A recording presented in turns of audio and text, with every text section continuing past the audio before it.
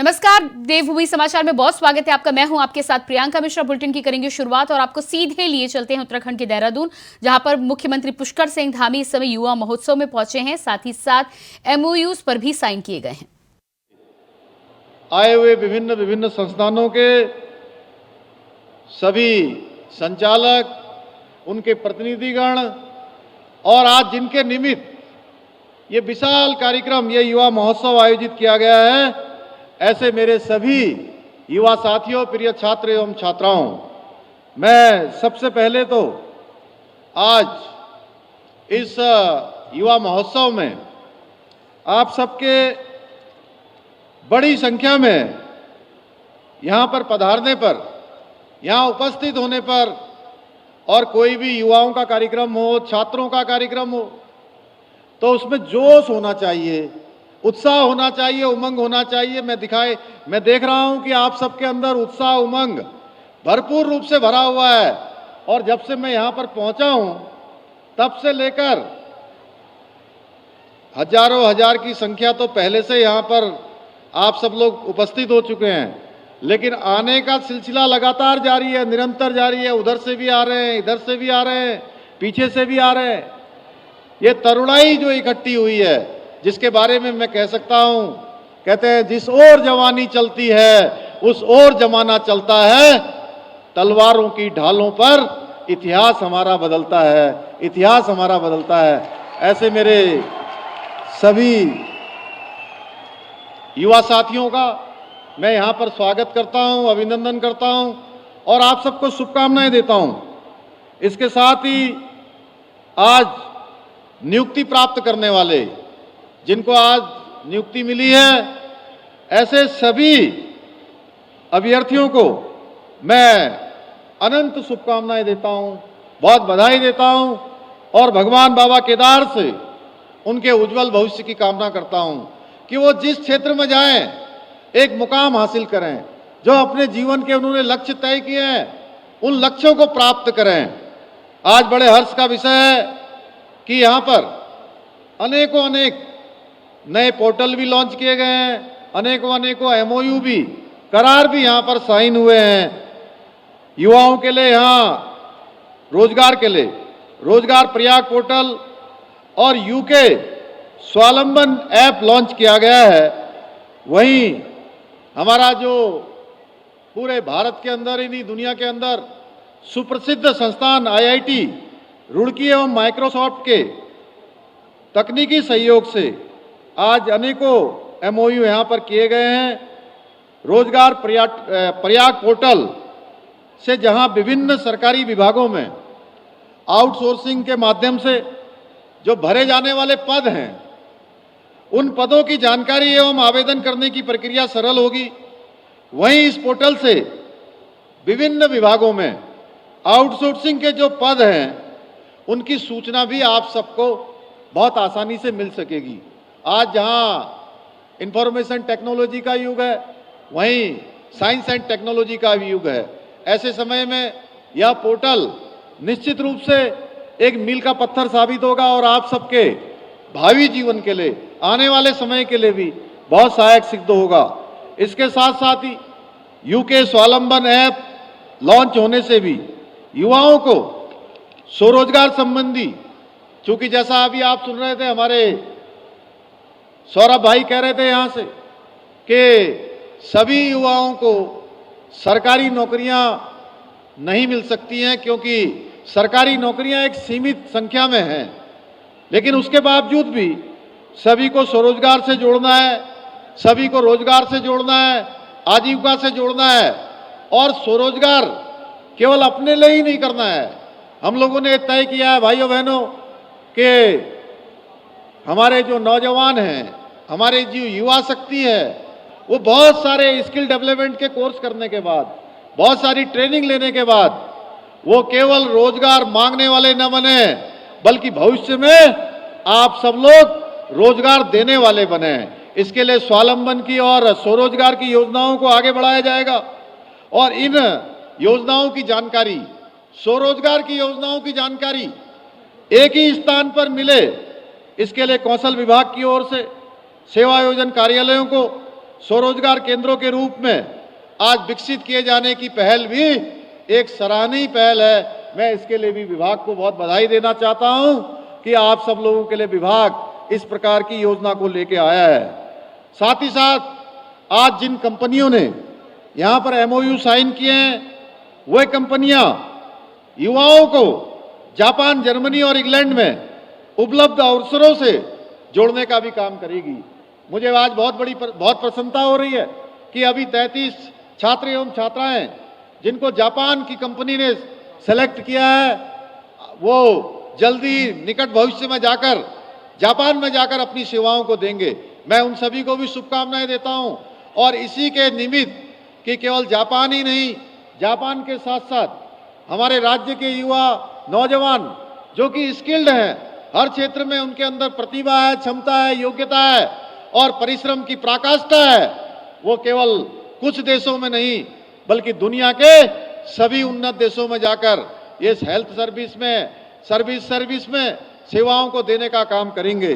भाइयों बहनों, देवभूमि के युवाओं के अंदर हर प्रकार की प्रतिभा है, सामर्थ्यवान है, मेहनती भी हैं।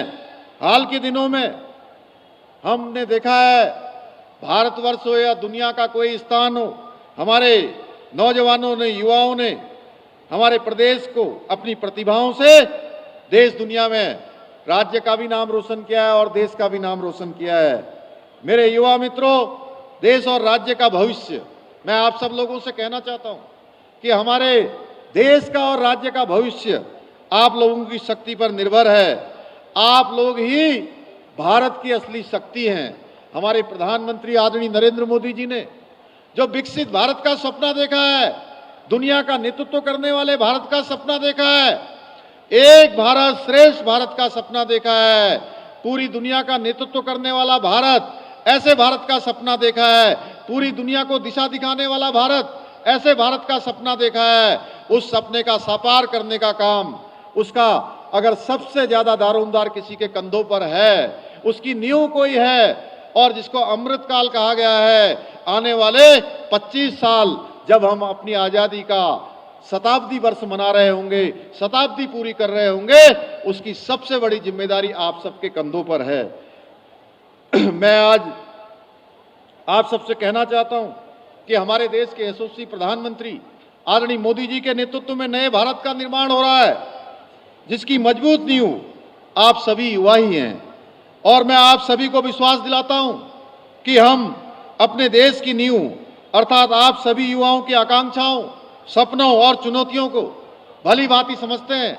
हमारे प्रधानमंत्री जी ने जिस प्रकार से युवाओं को आगे लाने के लिए आज अनेकों योजनाएं प्रारंभ की हैं, युवा भारत का सपना आज पूरी दुनिया के सामने रखा है, युवाओं के सामने एक लक्ष्य रखा है, निश्चित रूप से युवाओं के प्रोत्साहन के लिए रखा है, युवाओं को आगे लाने के लिए रखा है। इसलिए भाइयों बहनों, आज का नया भारत आदरणीय प्रधानमंत्री मोदी जी के नेतृत्व में अपनी युवा साथियों की सहायता और सहयोग के लिए हमेशा तैयार है, हमेशा तत्पर है।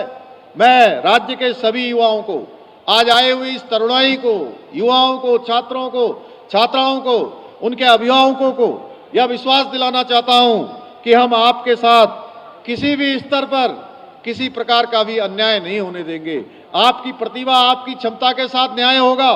हमारी सरकार ने पिछले दिनों आपने देखा होगा, लंबे समय से प्रदेश के अंदर नकल माफियाओं का राज चलता था और जो हमारे छात्र छात्राएं, हमारे भाई बहन मेहनत करते थे, परिश्रम करते थे, हर बार परीक्षा में भाग लेते थे, उनका नंबर नहीं आता था, नंबर किसी और का आ जाता था। भाइयों बहनों, आप सब जानते हैं किनका नंबर आता था? बताइए, आप सब लोग जानते थे ना किनका नंबर आता था? लेकिन हम इनके भविष्य के लिए कि ऐसे हमारे छात्र छात्राएं, ऐसे भाई बहन, उनके साथ किसी प्रकार का अन्याय न हो। भाइयों बहनों, मैं आपसे कहना चाहता हूं, क्योंकि हमने भी सामान्य परिवार में रहकर अपनी शिक्षा को आगे बढ़ाने का काम किया है, शिक्षा अध्ययन का काम किया है, शिक्षा प्राप्त करने का काम किया है। हमने देखा है कि एक सामान्य परिवार में पैदा होने वाले बेटे और बेटी के सामने कितने प्रकार की समस्याएं होती हैं, कितनी चुनौतियां होती हैं, कितनी कठिनाइयां उनके जीवन में आगे। तो बुलेटिन में फिलहाल रुकते हैं एक छोटे से ब्रेक के लिए, फौरन हाजिर होते हैं। ब्रेक के बाद स्वागत है आपका। आइए आपको एक बार फिर से सीधे लिए चलते हैं उत्तराखंड के देहरादून, जहां पर मुख्यमंत्री इस समय युवा महोत्सव में हैं, जनता को संबोधित कर रहे हैं। परीक्षाओं में भाग लिया और बड़े आत्मबल के साथ, आत्मविश्वास के साथ, और उसका परिणाम ये हुआ कि जब रिजल्ट आने लगे तो रिजल्ट में जहां हमारे योग्यता वाले, क्षमता वाले, प्रतिभा वाले ऐसे भाई बहन जिनका नंबर उत्तीर्ण होने में नहीं आता था, जिनका सिलेक्शन नहीं होता था, वो अब इस नकल अध्यादेश के आने के बाद एक परीक्षा में भी पास हो रहे थे तो दूसरी में भी हो रहे थे, दूसरी में हो रहे थे तो तीसरी में भी हो रहे थे, और कुछ कुछ छात्र एवं छात्राएं ऐसे हैं भाइयों बहनों कि वो 4-4 परीक्षाओं में एक साथ उत्तीर्ण हुए हैं। इस नकल अध्यादेश का असर है। मैं आप सबको बधाई देना चाहता हूं। हमने पारदर्शी परीक्षाएं संपन्न कराने का ये संकल्प किया है, और इसका नतीजा है कि सरकारी विभागों में जहां आज बड़ी संख्या में यहां पर आप सब लोग स्वरोजगार के क्षेत्र में, रोजगार के क्षेत्र में यहां से नियुक्ति पत्र भी आप सबको प्राप्त हो रहे हैं, वहीं सरकारी विभागों में भी पिछले 15 दिनों में मैंने अपने हाथ से 1000 से ज्यादा चयनित जो अभ्यर्थी, जो हमारे भाई बहन चयनित हुए हैं, उनको भी प्रमाण पत्र, उनको भी चयन का प्रमाण पत्र अपने हाथों से दिया है। मुझे अत्यधिक प्रसन्नता हो रही है भाइयों बहनों। कई अभ्यर्थियों ने तो आज, जिनको हमने सरकारी विभागों में नियुक्ति के पत्र प्रदान किए हैं, उन्होंने अपनी सेवा भी प्रारंभ कर दी है, अपने कर्तव्यों का निर्वहन भी प्रारंभ कर दिया है। मेरे साथियों, हम युवाओं को रोजगार के साथ स्वरोजगार के और भी अधिक अवसर उपलब्ध कराना चाहते हैं। उसके लिए हम विभिन्न प्रकार के काम कर रहे हैं। अभी हमने 3 दिन पहले स्विट्जरलैंड की एक स्विस एजुकेशन सोसाइटी के साथ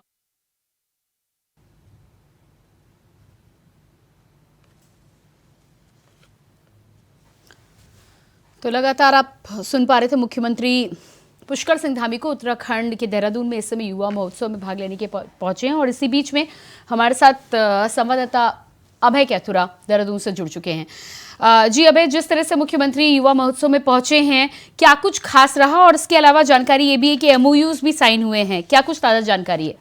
देखो, कौशल विकास एवं सेवा योजना विभाग की तरफ से ये युवा महोत्सव का आयोजन यहाँ पर किया गया है, जिसमें प्रदेश भर से लगभग 8 से 10 हजार बच्चों ने इस युवा महोत्सव में प्रतिभाग किया। सबसे बड़ी बात है कि इस युवा महोत्सव में किस प्रकार से रोजगार प्रदान किया जा सकता है, उसको लेकर बातचीत यहाँ पर हुई है, चर्चा यहाँ पर हुई है।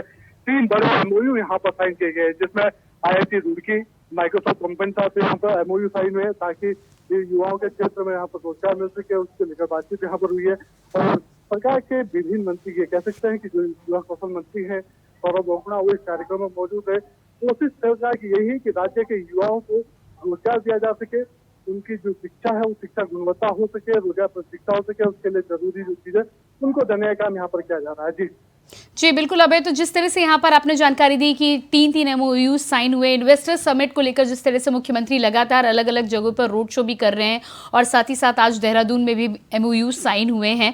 युवाओं के लिए तो ये बेहतर अवसर है, और युवाओं के लिए ही बार बार मुख्यमंत्री इस बात को लेकर कहते रहते हैं कि MOU साइन हुए, इन्वेस्टर समिट में इन्वेस्टिंग ज़्यादा से ज़्यादा उत्तराखंड में हुई तो युवाओं को लाभ मिलेगा। इसके अलावा आज का जो युवा महोत्सव था, उसमें क्या कुछ खास रहा युवाओं के लिए? सबसे बड़ी बात यह है कि युवाओं को किस प्रकार से रोजगार दिया जा सकता है विभिन्न सेक्टर्स में। राज्य के विभिन्न सेक्टर है, उन सेक्टरों का किस प्रकार दिया जाता है। साथ ही अगर कोई छात्र प्रतिभावान है, विदेश में इस समय कोई दूसरी शिक्षा लेना चाहता है, चाहे उसके लिए जो जरूरी चीजें हैं उसको लेकर भी यहाँ पर बातचीत हुई है। सबसे बड़ी बात यह है कि जापान, इंग्लैंड या स्विट्जरलैंड जैसे जो बड़ी कंट्रियां हैं, वहाँ पर भी जो उत्तराखंड के युवा है वो वहाँ पर जाना चाहते हैं, उनकी उस भाषा को सीखना चाहता है, वहाँ पर रोजगार करना चाहते हैं, तो उसके लिए अभी से ही राज्य सरकार अवसर प्रदान करने का काम यहाँ पर कर रही है। सरकार की तरफ से बड़ी योजना यहाँ पर संचालित की जा रही है, जिसमें विभिन्न जो छात्र हैं जो इसमें फोन जाना चाहते हैं, दूसरी भाषाएं सीखना चाहते हैं, उनके लिए अलग से कोर्सेज यहाँ पर संचालित किए जा रहे हैं, और उसके लिए जो जरूरी चीजें हैं वो दूसरी सब जरूरी चीजों को प्रोवाइड कराने का काम सरकार की तरफ से किया जा रहा है।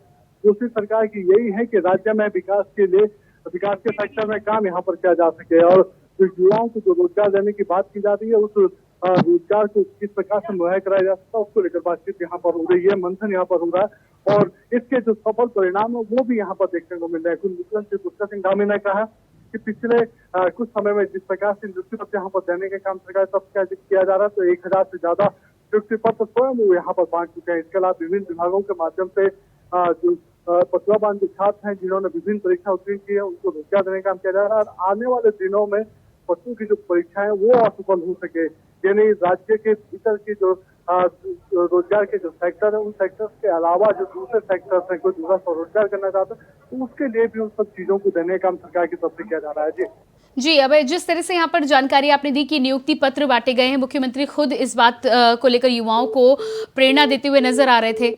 शायद संपर्क हमारे यहाँ पर टूट चुका है, तो लगातार आपको यहाँ पर बता दें कि हमारे संवाददाता अभय कैतुरा देहरादून से जुड़े हुए थे, जानकारी इस बात को लेकर दे रहे थे कि 3 MOUs आज के कार्यक्रम में साइन किए गए हैं और जिस तरह से इन्वेस्टर समिट को लेकर मुख्यमंत्री पुष्कर सिंह धामी लगातार तैयारी कर रहे हैं। इसके अलावा आपको ये भी बता दें कि मुख्यमंत्री ने खुद अपने संबोधन के दौरान उत्तराखंड के युवाओं को इस बात को लेकर प्रेरणा दी है कि नौकरी के साथ ही साथ यदि वो स्वरोजगार की तरफ आगे बढ़ेंगे तो भी उनको फायदा मिलेगा। और इसके बाद बात करते हैं अगली खबर की, जिस तरह से उत्तराखंड राज्य निर्माण आंदोलनकारी और उसके आश्रितों को आरक्षण को लेकर विधानसभा की प्रबल समिति की बैठक होगी, जिसको लेकर प्रवर समिति के अध्यक्ष और कैबिनेट मंत्री प्रेमचंद्र अग्रवाल ने इस बैठक की जानकारी दी है। बैठक में समिति के सभी सदस्य विधायक मुन्ना सिंह चौहान, विनोद चमोली, उमेश शर्मा, शाहजाद, मनोज तिवारी, भुवन कापड़ी आदि शामिल होंगे। साथ ही विधानसभा के मॉनसून सत्र के दौरान सरकार की ओर से रखे गए इस विधेयक को प्रवर समिति को सौंपा जाएगा।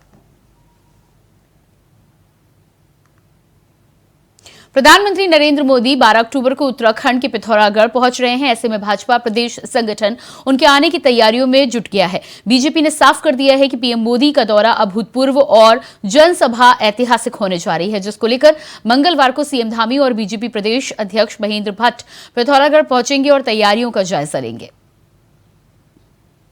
जहाँ प्रधानमंत्री जी आ रहे हैं, हमारे कार्यकर्ता वहाँ के परंपरा के अनुसार उनके स्वागत की हम लोग तैयारी कर रहे हैं। और मैं कह सकता हूँ अभी तक कि पिथौरागढ़ के अंदर अभूतपूर्व बड़ी जनसभा हम लोग करने वाले हैं। और प्रधानमंत्री जी जब भी उत्तराखंड राज्य के अंदर आते हैं तो निश्चित रूप से यहाँ की जनता में उत्साह भी होता है और हमेशा कुछ न कुछ देकर गए हैं। और इस राज्य के विकास में बहुत बड़ा योगदान माननीय प्रधानमंत्री जी का रहा है और हम सब लोग सौभाग्यशाली हैं कि उनका पुनः दौरा और काफ़ी कुमाऊँ के क्षेत्र में खासतौर पर वहाँ का जो पर्यटन विभाग है, वहाँ का भी धार्मिक पर्यटन क्षेत्र है, उसके विकास में ये जो दौरा है सार्थक सिद्ध होगा। मुख्यमंत्री के विधानसभा क्षेत्र में स्वास्थ्य सचिव डॉक्टर आर राजेश कुमार ने परखी स्वास्थ्य सुविधाओं की जमीनी हकीकत की पड़ताल करने के लिए पहुंचे। चंपावत के सरकारी अस्पताल में बेहतर स्वास्थ्य सुविधाओं पर अधिकारियों की पीठ भी थपथपाई। इसके साथ ही साथ मरीजों के इलाज में किसी भी प्रकार की कोई कोताही न बरतने के निर्देश दिए गए। आपको बता दें कि स्वास्थ्य सचिव डॉक्टर आर राजेश कुमार के द्वारा डेंगू के बढ़ते हुए मामलों को देखते हुए उप जिला चिकित्सालय टनकपुर, जिला चिकित्सालय चंपावत, प्राथमिक स्वास्थ्य केंद्र चलथी चंपावत, उप जिला चिकित्सालय लोहाघाट का निरीक्षण किया गया। उसके साथ ही साथ स्वास्थ्य सचिव ने डेंगू बीमारी को रोकने के लिए अस्पताल में डेंगू वार्ड, मच्छरदानी की उचित व्यवस्था करने के निर्देश दिए हैं। चिकित्सालय में पानी की निकासी, साफ सफाई और दवा के छिड़काव की भी उचित व्यवस्था के लिए अधिकारियों को दिशा निर्देश दिए गए हैं।